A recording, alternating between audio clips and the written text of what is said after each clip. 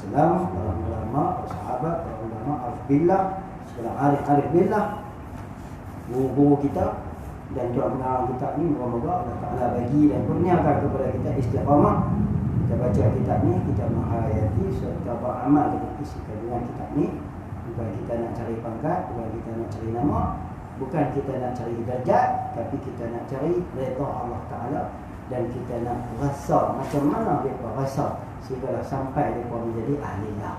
Al-Fatihah.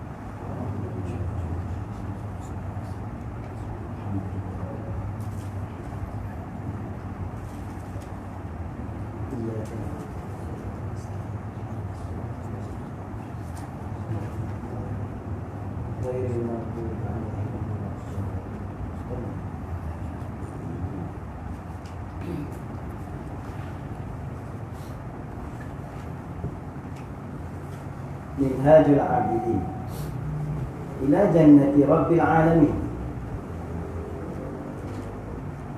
Pada bicara tasawuf yang menterjemah dengan bahasa Melayu oleh Al-Alim Al-Allamah Al-Arif Al-Rabbani Maulana wa Qudwatuna Al-Syekh Dawud bin Abdullah Al-Fatani, iaitu terjemah daripada kitab Minhajul Abidin bagi Hujjatul Islam Al-Ghazali At-Tusi. Taghammalihum Allah, huma bukan ha. Taghammalihum Allah. Taghammalihum Allah Ta'ala bi rahmatihi. Amin. Istajib doa-na ya Allah.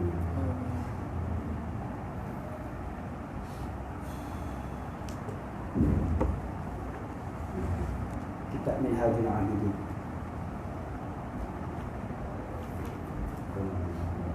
Jadi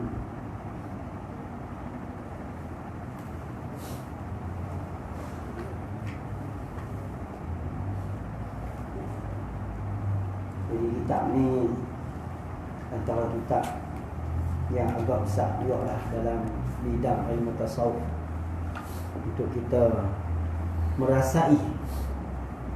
Bukan semata-mata kita mengaji saja, kita merasai dan menghayati sejauh mana nilai mujahadah jalanan mereka, sukar susah payah mereka hidup atas muka dunia ni sehingga nak jadi hamba Allah. Kita cuba menghayati dengan isi kandungan yang mereka tulis dalam kitab-kitab mereka ni. Bukan sekadar kita baca, kita dobek, sedap, hurai. Bukan. Kalau kita mengaji hanya sekadar kita dengar sedap nilai bahasa, sedap kita dobek, tak jadi sekadar tu. Tapi kita menilai dari segi perasaan. Ilmu tasawuf adalah ilmu jiwa. Bukan perasaan tapi perasaan. Sehingga kan kita merasakan segala sifat-sifat mazmumah itu jijik, najis. Itulah sebatinya tasawuf itu dalam hati kita. Selagi belum ada mazmumah itu jijik, najis dalam hati kita, selagi itulah belum lagi meratai mana tasawuf dalam hati kita. Walaupun sampai kita mengaji martabat 7 Manhalus Safi belum nafis 10. Satu perkara yang kita berkata menjadi kegagalan, perkara yang menjadi kegagalan orang-orang yang mengaji belajar ilmu agama ni, iaitulah lidah. Kegagalan yang besar. Orang mengaji agama gagal, itu umum. Kita ambil secara khusus. Budak pondok sekalipun mengaji kitab banyak sekalipun sampai Manhaj Safi, mengaji kitab Jawi sampai Ihya Ulumuddin, mengaji kitab Arab, mengaji sampai Qushairi, Risalah Qushairiyah, hatta mengaji kitab Ibn Arabi sekalipun, kalaulah lidahnya belum berpantang, hanya sekadar suka-suka, Tasawufnya hanya sekadar suka-suka, bukan penghayatan. Hak tu yang payah nak masuk dalam perut kita. Apa tujuan kita mengaji ilmu tasawuf? Dobit penuh kita penghayatan. Kita menghayati. Lidah kita belum dihayati sebaik mungkin dengan nilai-nilai ilmu tasawuf. Mata kita belum dihayati sebaik mungkin dengan nilai-nilai ilmu tasawuf. Telinga kita belum dihayati sebaik mungkin dengan nilai-nilai ilmu tasawuf. Akhirnya ilmu itu akan menggodam kita. Kerana ilmu yang memberi manfaat ialah ilmu yang seseorang itu dapat beramal dengan ilmu tersebut. Itulah ilmu yang memberi manfaat untuk diri dia. Tok guru dulu kata, kita duduk dalam bidang agama, biar ilmu itu secancang, tapi akhlaknya segenggam. Kalau ilmu itu segenggam, akhlaknya secupak. Kalau ilmu itu secupak, akhlaknya segantang. Apa maksudnya? Apa dia itu akhlak? Apa dia akhlak? Innama bu'istu liutammima makarimal akhlak. Apa itu akhlak? Akhlak bukan pakai serban semata. Pakai serban tu sebab apa? Jaga, pendinding. Sebab apa kita tak mahu pakai serban? Sebab kita masih nak buat maksiat. Ya. Boleh tahu. Sebab apa kita nak pakai? Sebab apa kita tak mahu pakai serban? Kita tak mahu pakai jubah. Sebab kita belum lagi bersedia untuk tidak mahu. Orang kata apa? Belum bersedia untuk meninggalkan maksiat sebelum. Lihat dia. Kalau pakai serban, pakai jubah boleh duduk kedai mamak insya-Allah. Oh, ayat muka top mana? Kalau pakai serban takkan nak tengok lagi Ferrari lalu. Ferrari. Serban di atas pula jubah lalu. Orang pakaian serban jubah, pakaian tu bukan duduk bukan duduk di kedai rumah. Innama bu'istu liutammima makarimal akhlak. Apa dia akhlak yang dimaksudkan oleh baginda Nabi sallallahu alaihi wasallam itu ada di dalam kitab penawar beliau. Itulah akhlak yang sebenar. Bukan akhlak yang kita kenal seseorang dengan percakapan dia lembut.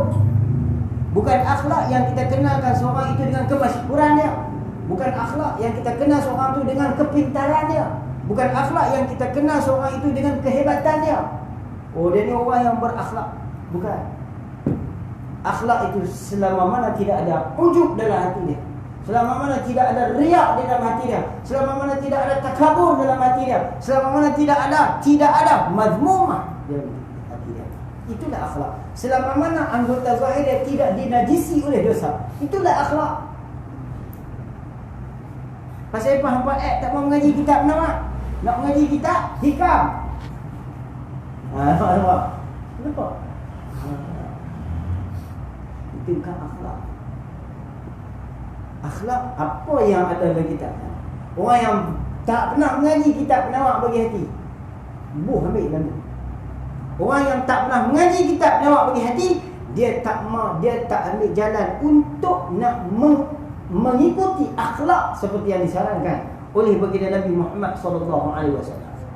Dia salah lagi faham tentang makna akhlak. Orang akhlak, mulut dia tak kata kat orang pun. Orang yang berakhlak, mata dia tak tengok masyarakat, dia tak tengok bini orang, dia tak tengok anak dara orang. Kalau dia terpandang, dia istighfar. Itulah akhlak. Apa dia makna akhlak? Makna akhlak ni, kalau dia dengar orang sedang mengumpat, dia tak duduk dalam majlis itu, dia tuang. Kalau dia tak boleh nasihat, dia tuang. Kalau dia tak mampu untuk nasihat, dia tuang. Itulah akhlak. Kalau dia mampu untuk nasihat, mengumpat tu, diam. Aku tak mau dengar mengumpat. Telinga aku dijadikan bukan untuk mendengar dosa. Itulah akhlak. Buka yang 10. Buka yang 10 tu. 10 sifat mahmudah, 10 sifat mazmumah. Anggota zahir, anggota batin. Apa yang kita cari dengan ilmu tasawuf? Apa yang kita cari dengan ilmu tasawuf? Apa yang kita cari dengan ilmu tasawuf? Cuba renung tengok orang tu. Apa yang kita cari dengan ilmu tasawuf? Buh Tok Uji Saleh lagi senang. Mengaji tauhid ni tasawuf dah. Nah, selalu terus. Mengaji tauhid ni kira mengaji hikam lah. Hikam tu kira nak mengaji tauhid tak mengaji. Mengaji tauhid ni tasawuf demai. Nah, kau benar pula kat dia Tok Guru ni. Apa dia yang kita cari dalam ilmu tasawuf? Tu dia, main dia. Kunci dia. Apa yang kita cari dengan ilmu tasawuf? Akhlak Rasulullah SAW. Apa dia? Tidak ada dosa. Kerana orang yang ada dosa, orang tadi tak akan diterima dari segi sudut kesuciannya untuk menjadi orang yang sah takbirnya. Dia takbir dalam keadaan dosa, Allahu Akbar, dalam keadaan dia masih berdosa, sembahyangnya tidak sah di sisi orang sufi. Kenapa? Najis. Dosanya belum diistighfar, dosanya belum ditaubat. Bagaimana kamu takbir? Kamu masih berdosa. Kita Allahu Akbar, dosanya masih berlambat. Sebab tu antara istighfar sebagai istighfar ubudiyah seseorang kepada Allah, astaghfirullahalazim min kulli dhanbin wa atubu ilaih, la haula wala quwwata illa billahil aliyyil azim. Istighfar ubudiyah, astaghfirullahalazim min kulli dhanbin wa atubu ilaih, la haula wala quwwata illa billahil aliyyil azim. Mana ingat dosa ni? Umur 15 tahun dulu boleh buat dosa tak? Umur 20 dosa lah, umur berapa? 40 dah. Berasa macam umur 20 lagi. Duk kira buat dosa lagi. Betul ya? Berasa di 40 dah ni weh. Duk berasa lagu 20 ni. Tengok anak. Dah macam retek dah. Nampak? Nafsu tak pernah rasa tua. Yang tua umur. Nafsu tak pernah rasa tua. Lagi kita tak didik dia rasa tua dekat nak mati, lagi itulah dia akan sentiasa muda sehingga kita lupa pada Allah. Boleh tanda tanya apa yang kita cari dalam ilmu tasawuf? Maka tuan-tuan jawablah sendiri. Apa yang kita cari?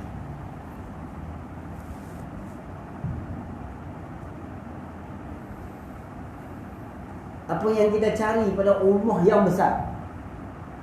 Kita kata lagi pak. Apa yang kita cari pada rumah yang besar? Apa yang kita cari pada kereta yang mahal? Apa yang kita cari pada isteri yang cantik? Apa yang kita cari pada anak yang ramai? Apa yang kita cari pada perniagaan yang berjaya? Apa yang kita cari? Jagung yang banyak. Apa yang kita cari? Apa yang kita cari? Dobit kita yang banyak. Apa yang kita cari? Dalam Facebook. Oh, dobit banyak pun. Inilah kitab budak pondok. Apa yang kamu cari dengan dobitmu yang banyak? Sedangkan dobitmu, isi dobitmu semua ada dalam kitab. Apa yang kamu cari? Itu gunanya syariat dan tasawuf. Apa yang kamu cari dengan guru kamu? Apa yang kamu cari dengan sahabat kamu? Apa yang kamu cari dengan majlis ilmu kamu? Fahamilah apa yang kamu cari dengan hidup kamu. Dia faham tak maksud? Siapa yang faham insyaAllah. Dan apa yang kamu cari pada jam tangan kamu. Ini satu nilai masa, nilai rahmat, nilai keluasan. Kalau kereta mahal, apa yang kita cari dengan kereta mahal? Tak salah. Apa yang kita cari dengan rumah besar? Tak salah. Kalau rumah tu kecil, tak salah. Rumah yang lekeh, tak salah. Jam yang lekeh, jam yang semua tak salah. Tapi apa yang kamu cari? Tu dia kunci dia. Apa yang kamu cari dengan kita? Adakah kita baca kitab Minhajul Abidin untuk kita cari 7 akobah yang dibahas oleh Imam tadi? Tidak. Tapi nilai jiwa yang kita boleh hayati, daripada 7 makhraj tersebut. Apa yang kita cari daripada kitab hikam? Ijtihaduka fima dhumina laka wa taqsiruka fima tuliba minka. Adakah dengan hafalan bait-bait syair itu? Bait-bait perkataan itu? Apakah yang kita cari dengan bait-bait syair yang kita hafal? Ada apakah yang kita cari dengan ayat-ayat Quran yang kita hafal? Kita cari apa? Nak cari apa? Kalau tak cari apa? Lepas tu akhlak. Inilah orang panggil apa? Kunci. Kalau kita boleh guna balik untuk kita istighfar balik segala dosa yang pernah kita buat. Dosa apa? Anggota zahir. Dan yang paling banyak dosa kita ialah dosa batin. Sebab apa? Anggota zahir mengeluarkan dosa kecil. Tapi kalau anggota batin, dosanya itu semuanya besar. Sebab itu dosa kita besar, banyak daripada dosa kecil. Kita tak sedar. Jadi kemudian katanya minhajul abidin ila jannati rabbil alamin. Itulah tu. Buh tajuklah tu. Minhajul abidin ila jannati rabbil alamin.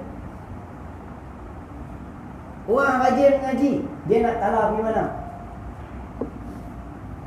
Orang yang susah, siang cari makan tak cukup, malam pun cari makan tak cukup, ramai cari makan lagi. Dia penat, dia berlelah. Untuk apa? Untuk nafkah dia. Menuju ke mana? Ila jannati rabbil alamin. Nampak macam mana dah dia tukang masak waktu malam. Mengaji takkan? Siang nak apa? Malam letih, siang tidur. Ila jannati rabbil alamin. Habis kita orang mengaji, apa daripada kerja siang malam? Hang tu lah teruk. Mulut hang tu macam ngelongkang. Tu. Kalau orang yang mengaji tasawuf, dia tak akan soal tentang itu. Alhamdulillah, aku orang mengaji. Dia juga alhamdulillah, dia sedang berubudiyah kepada Allah, mencari rezeki untuk anak-anaknya. Ila jannati rabbil alamin. Kata, di mana persoalan? Kita mengaji, alhamdulillah, Allah dorongkan kita orang yang mengaji. Siang kita bekerja, alhamdulillah, aku boleh mengaji waktu malam. Bukan orang tu, orang ni, orang tu, orang ni, tok guru tu, tok guru ni, kawan tu, kawan ni, kawan tu. Sikap apa lagu tu? Lagu tu sikapnya syaitan yang merupakan ulama. Syaitan yang merupai ulama. Kalau ada perangai macam ni. Sebab apa? Kerana ulama tidak bersikap. Ulama tidak bersikap ulama semuanya benar. Ila jannati rabbil alamin. Kafir sekalipun, ulaika yal'anuhumullah wa yal'anuhumul la'in. Orang yang kafir dilaknat oleh Allah Ta'ala. Ketika mana dia dilaknat, confirm dia mati kafir. Tapi kalau dia belum kafir, dia belum mati dalam keadaan kafir, haram dilaknatkan dia secara khas individu. Itu orang kafir. Sebab apa? Peluangnya boleh jadi ila jannati rabbil alamin. Jadi minhajul abidin, jalanan bagi hamba-hamba untuk mana? Ila jannati rabbil alamin, menuju kepada syurga Allah. Hei, pangkat orang sufi, pangkat orang yang berjalan menuju kepada martabat 7 ni, 7 aqabah ni, adakah ila jannati rabbil alamin? Tidak. Habis jannah di sini makna apa? Jannah yang sebenarnya, adakah jannah naimul jannah tu? Bukan. Bukan naimul jannah tu. Jannah di sini ialah apa dia? Ru'yatullah, melihat akan zat Allah. Inilah syurga yang diimpikan oleh orang arif billah. Bukan syurga nikmat, syurga sungai, susu, duduk bidadari. Bukan hatu weh. Hatu kan Imam Mau. Rabi'ah Adawiyah, aku kata aku tak mau, aku tak kebulung lah tu. Rabi'ah Adawiyah tak. Ma haqiqatu imanika ya Rabi'ah? Apakah hakikat iman kau? Bukan aku mau hatu lah kita. Aku mau ke Tuhan. Aku tak mau di syurga. Aku tak pernah takut dengan neraka. Aku tak pernah impikan syurga. Habis aku nak jumpa Tuhan. Habis buat apa sini? Ila jannati rabbil alamin. Buat apa sini? Padang-padang kita lah orang-orang. Yang nak baca kitab ni orang-orang. Orang arif billah tak baca kitab. Orang arif billah nak baca kitab ke? Tak. Orang arif billah tak baca kitab. Ini Pak Kiai Osman kita. Kalau kamu sudah sampai kepada maqam ahlillah, kamu tak risau kitab ini. Kitab ini tak bisa semuanya dalam hari. Maknanya orang yang beli kitab boleh balik arif billah.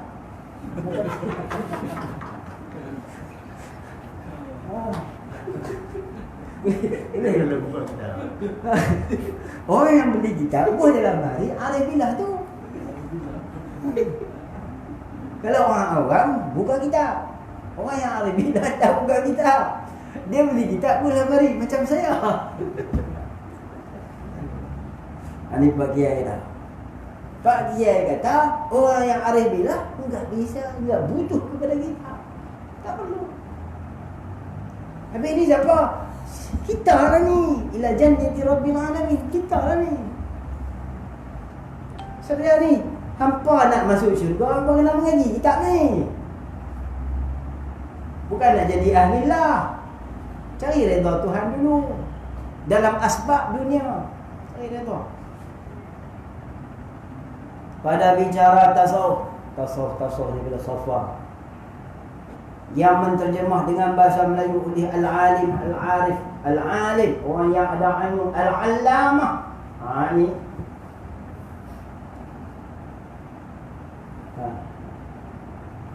jangan kita sebarang bubuh kat orang gelaran al-alim, al-allamah. Sebagaimana orang yang belum digelar, orang yang belum menunaikan haji digelar dan dipanggil haji, hukumnya haram. Maka Syekh Daud ni al-alim, al-allamah, ar-rabbani, al-fahamah, al-arif billah, maulana wa qudwatuna, iaitu selayaknya dia. Saya minta maaf lah, ni kita duduk tengah live kan. Minta maaf. Satu benda yang saya nak sebut. Minta maaf lah. Muka kita ni hak mengaji pondok baru berapa tahun, umur muda-muda lagi, tak payah duk panggil baba lah weh. Tak payah. Bagi kat orang lain lah. Baru duk baca kitab Jawi, baru duk mula-mula merangkak baca kitab, panggil baba lah. Oh baba ni, baba ni. Ini salah letak weh. Baba ni panggilan, gelaran untuk guru-guru, terutamanya di Fatani. Kalau di sebelah kita tanah Melayu dia panggil tok guru. Orang yang mengaji di Fatani, dia balik mai selalunya anak murid dia panggil dia baba. Baba tu nisbah pada tok guru. Pendek kata hang buka pondok, tak apalah panggil baba. Orang buka pondok ni dia orang panggil apa? Dia ada khemah yang kuat. Bukan setakat ilmu saja, dia ada khemah yang kuat. Berapa orang yang punya ilmu, khemah tak kuat, dia tak boleh buka pondok. Ilmu banyak, khemah tak kuat, tak sanggup tanggung risiko. Orang yang nak buka pondok, orang tu sanggup tanggung risiko. Hero nama dia. Ada juga hero yang tak buka pondok. Ada. Tak apalah dengan pangkat, ingat apa nama orang panggil panisbah, dengan pangkat dia, qadar dia, dengan ilmu dia, dengan kemasyhuran dia, tak apa. Ni kita mengaji pun tak apa nak cukup lagi. Panggil bapa.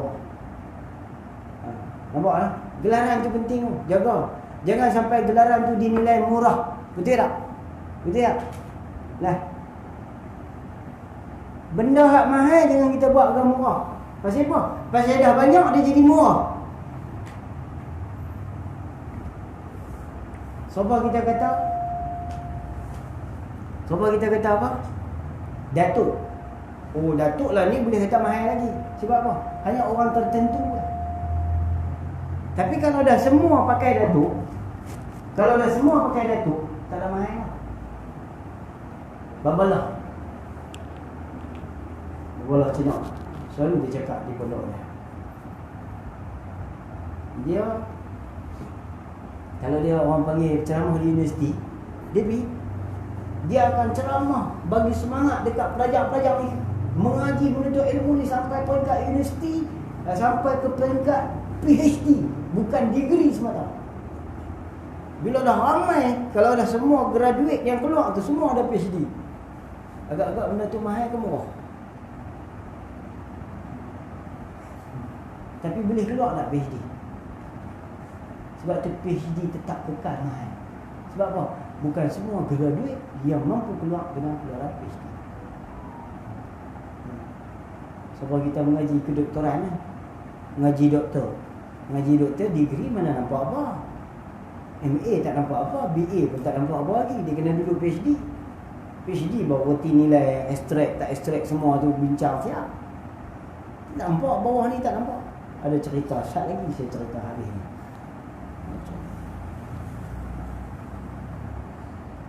Jadi durian kalau dia sikit, mahal. Harum mana? Dengan dia pergi cari celah halal ni RM50 sekilo weh. Pasal apa? Tinggal pun kutik-kutik dah kebun. Dia keluar rumah lain. Bila tak ada, main. Kalau dah banyak, murah. Hadis tu kalau dah babah semua, babah hadis, babah. Jadi murah dah.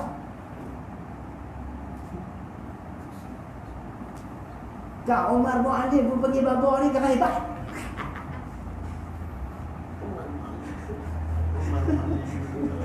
Cik tu.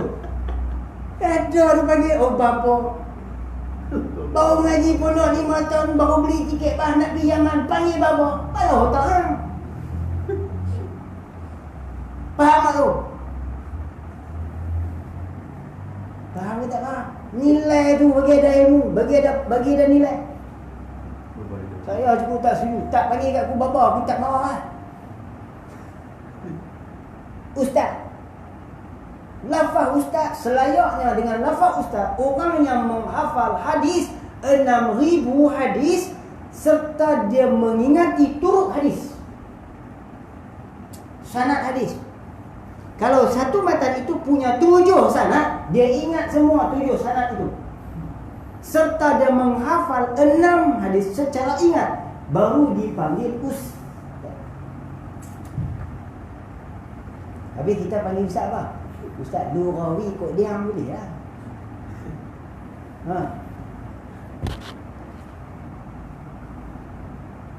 Apa hadis nak ibu hadis? Matan dalam sanadat. Hadis 40 tenggelam timbul. Tak apalah, ingat hadis 40. Lepas tu karang pula hadis kitab 40. Siapa yang Nabi kata siapa yang karang hadis, siapa yang menghimpunkan 40 hadis daripada hadis-hadis aku, ada jaminan dia masuk syurga siap-siap. Kitab 40 hadis. Imam Nawawi buat kitab 40 hadis. Kawan ni buat 40 hadis, kawan ni buat 40 hadis. Bagus. 40 hadis akhir zaman, 40 hadis Dajjal, 40 hadis gitu begini. Buatlah, kita pun boleh buat, himpun. Tapi syarat dia ada sanad lah. Adakah nak cukup nak tu nak panggil ustaz? Tak apalah, panggil lah ustaz, tak marah lah. Tak ada salah apa pun, tapi kena jangan lupa ni kan. Al-Ustaz Abu Ishaq Al-Asfiraini. Pasal apa? Dia ustaz. Pasal apa? Abu Ishaq digelarkan sebagai Al-Ustaz. Pasal dia pangkat dia itu. Ila jannati rabbil alamin, pada bicara ilmu tasawuf. Wallahu a'lam.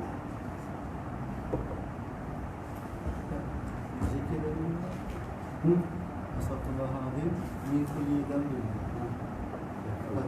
Kalau ikutnya hadis, Nabi suruh kita istighfar tiap-tiap kali dosa. Min kulli dhanbin. Min kulli dhanbin, bukan minaz zunub. Min dhanbin. Dhanbin ni satu dosa. Tapi kita ni tak ingat. Habis itu kita nak mengaduhai dengan mana? Dengan Allah Ta'ala macam mana? Kita tak ingat. Nak himpun satu-satu, ya Allah, tak ingat. Habis itu, astagfirullahaladzim, min kulli dhanbin. Minta Allah Ta'ala tolonglah ampunkan dosa kita, hak yang kita tak sedang. Mana? La hawla wa la quwwata illa billah. Mana nak tahu apa lah, ya Allah, dah mu semua, bukan ada apa aku. Mu ke semua, aku tak ada apa. la haula wala quwwata illa billah. Minta tahan. Jadi bila mana dengan kita minta istighfar, diampunkan dosa itu oleh Allah Ta'ala, maka tidak ada apa lagi yang ditegak oleh Allah. Permohonan kita pasti ditunaikan. Kenapa? Sudah sampai menjadi hamba orang yang tidak ada dosa. Orang yang tak ada dosa, tiap-tiap kali dia istighfar, dia tak ada dosa, itulah hamba. Wallahu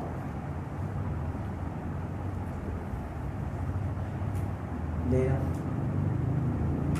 tak kenal tak kenal abang. Apa yang kau cari dengan ilmu tasawuf? Itu tadi dah. Ni bapak itu dia. Apa yang kau cari dengan ilmu tasawuf? Lagi itu dia. Ha? Lagi itu dia tak boleh. Itu nama orang.